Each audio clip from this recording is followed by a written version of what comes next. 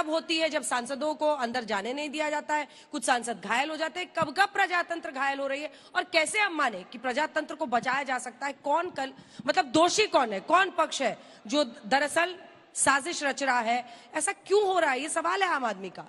ऐसा इसलिए हो रहा है क्योंकि अंबेडकर के मसले पर चर्चा ना हो। बेसिक सवाल इसी बात को लेकर। अभी वाजपेयी जी ने बड़ी अच्छी बात कही, लेकिन वाजपेयी जी ने एक सवाल का जवाब नहीं दिया कि जो अमित शाह ने जो संसद के अंदर बोला था वो आपको आपत्तिजनक लगता है या आपत्तिजनक नहीं लगता है। अगर आप इसका जवाब दे देते तो बात यहीं पे खत्म हो जाती। हकीकत क्या है?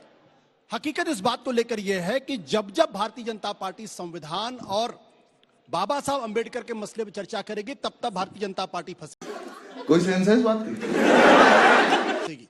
क्योंकि बार बार अतीत उनको अपनी तरफ खींचेगा कि किस तरीके से जो संविधान बन रहा था, संविधान जब बना, अडॉप्ट किया गया, तो किस तरीके से आरएसएस ने उस संविधान को एक्सेप्ट नहीं किया। यहां तक कहा कि भारत की आत्मा नहीं है, मनुस्मृति की बात की। और तो और बाबा साहब अंबेडकर को लेके जब हिंदू कोड बिल आया तो बाबा साहब अंबेडकर के पुतले किसने जलाए सबको मालूम है। आरएसएस के लोग उसमें थे या नहीं थे? उनकी शव यात्रा, मॉक शव यात्रा किसने निकाली थी या नहीं थी? तो बहुत सारे ऐसे सवाल हैं जो भारतीय जनता पार्टी को अनकंफर्टेबल करते हैं। और मुझे इस पे मेरा साफ तौर मानना कि जिस टोन में अमित शाह ने बातचीत की थी, वो देश के बड़े नेता हैं, इतिहास में हमेशा उनका नाम दर्ज रहेगा। और अगर वो कह लें कि मुझसे गलती हो गई तो उसमें कोई उनकी हानि नहीं होगी, छोटे नहीं हो जाएंगे। अब इस पर आपको जवाब देना होगा। अभी मजा आएगा ना भिड़ो। मैं एक बात कहना चाहूंगा जो पहली क्रमवार जवाब देता हूं। आशुतोष जी ने जो कहा यही तो सवाल मैंने किया। संसद में जितने विपक्ष नेता बैठे थे, अभी जाके देख लीजिए अमित शाह जी के वीडियो की क्लिप, कोई चूं बोलता नजर नहीं आ रहा है। नहीं, उसके बाद सुनिए, सिर्फ 12 सेकंड नहीं 600 सेकंड की, किसी ने कोई आपत्ति नहीं की, किसी ने कोई नारेबाजी नहीं की, किसी ने कोई वॉकआउट नहीं किया। यह दर्शाता है कि बाहर आके राजनीति हुई। और मैं फिर विनम्रता से पूछना चाहता हूं, जबकि ये तो वरिष्ठ व्यक्ति हैं, कॉन्स्टिट्यूशन किस दिन बन के खत्म हो गया? 26 नवंबर 1949। और आरएसएस पे प्रतिबंध कब लगा हुआ था? 48 और 49 में। और आरएसएस ने आके प्रदर्शन कर दिया। यही मैं कहना चाहता हूं कि ये लोग जो कहना चाहते हैं, अब मैं बता रहा हूं सर, अपने अपने टर्न पे बोलिए। अब मैं बताना चाहता हूं हमने क्या किया। बाबा साहब अंबेडकर को तो इन्होंने भारत रत्न नहीं दिया, अलग बात है। जिसने बाबा साहब को चुनाव हरवाया और बाबा साहब के अनुसार धांधली से हरवाया, उस नारायण कारजोरकर को 1970 में पद्म भूषण दिया। बाबा साहब को पद्म अवार्ड नहीं दिया। इसीलिए जब ये कहते हैं हकीकत उभर के आएगी, तो मैं बताता हूं हमने क्या किया। बाबा साहब की जन्मभूमि को इन्होंने स्मारक नहीं बनाया। वो 1990 में जब मध्य प्रदेश में हमारी सरकार आई, सुंदरलाल पटवा जी की सरकार, तो उनके जन्म स्थान महू को स्मारक बनाया गया। अब नागपुर की जो चैत्य भूमि थी, दीक्षा भूमि, उसको स्मारक कब बनाया गया? जब 1996 में हमारी और शिवसेना की गठबंधन सरकार आई।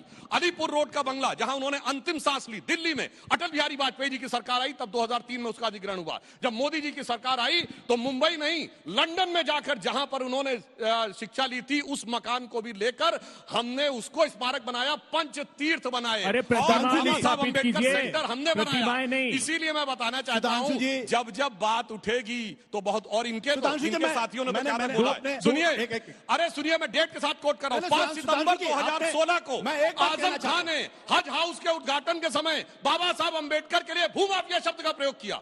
समाजवादी पार्टी के नेता और चू नहीं बोले इनमें से कोई। सुधांशु जी, डेट के साथ कोट कर रहा हूं और सुधांशु जी, जल्दी से क्या गोलवलकर ने ये नहीं कहा था कि संविधान में भारत की आत्मा नहीं है? कहा था या नहीं कहा था? नहीं।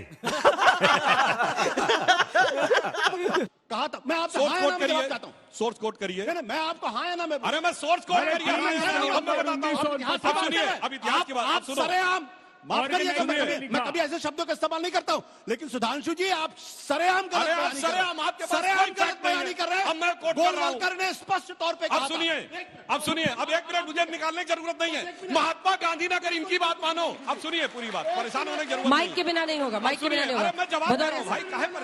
अरे मोबाइल देखने की मुझे जरूरत नहीं है। आप सुनिए, अगर ये कह रहे हैं तो देखिए, 6 अगस्त 1947 को महात्मा गांधी ने कहा कि मैं इस तिरंगे झंडे को सर नहीं झुकाऊंगा। संपूर्ण गांधी वांग में खंड नवासी। बोलो भाई, गांधी सही बोल रहे थे, गलत बोल रहे थे? बोलो। अब एक नहीं। और सुनिए, और अंबेडकर का बताता हूं, सुनिए, अब सुनिए, 16 जनवरी 1952 को एंटीना माउंटबेटन को लेटर लिखते हैं जवाहरलाल नेहरू लखनऊ से। और भदौरिया साहब पूरा करने दीजिए। आपने बोल दिया, मुझे बोलने का मौका है। और सुनिए भाई, परेशान ना होइए, परेशान ना होइए, परेशान ना होइए। अरे अरे भाई, अरे भाई, मैं तो बगैर उसके कोट कर रहा हूँ। आपने सोच की बात जल्दी से, क्योंकि मुझे भदौरिया साहब के पास जाना है। एक minute. MS Golwalkar, bunch of thought, साहित्य सिंधु बेंगलोर, 1996, पेज नंबर 238। माफी मांगेंगे आप? माफी मांगेंगे आप? अब मैं बताऊं? माफी मांगेंगे आप? अरे भाई बताओ, मैंने तो राष्ट्रीय टीवी पे आप माफी, आपने मुझे गलत साबित करने की कोशिश की। अरे भाई आप सुनिए। नहीं, आप माफी मांगेंगे? अरे सुनिए, आप बोलेंगे आपसे गलत नहीं।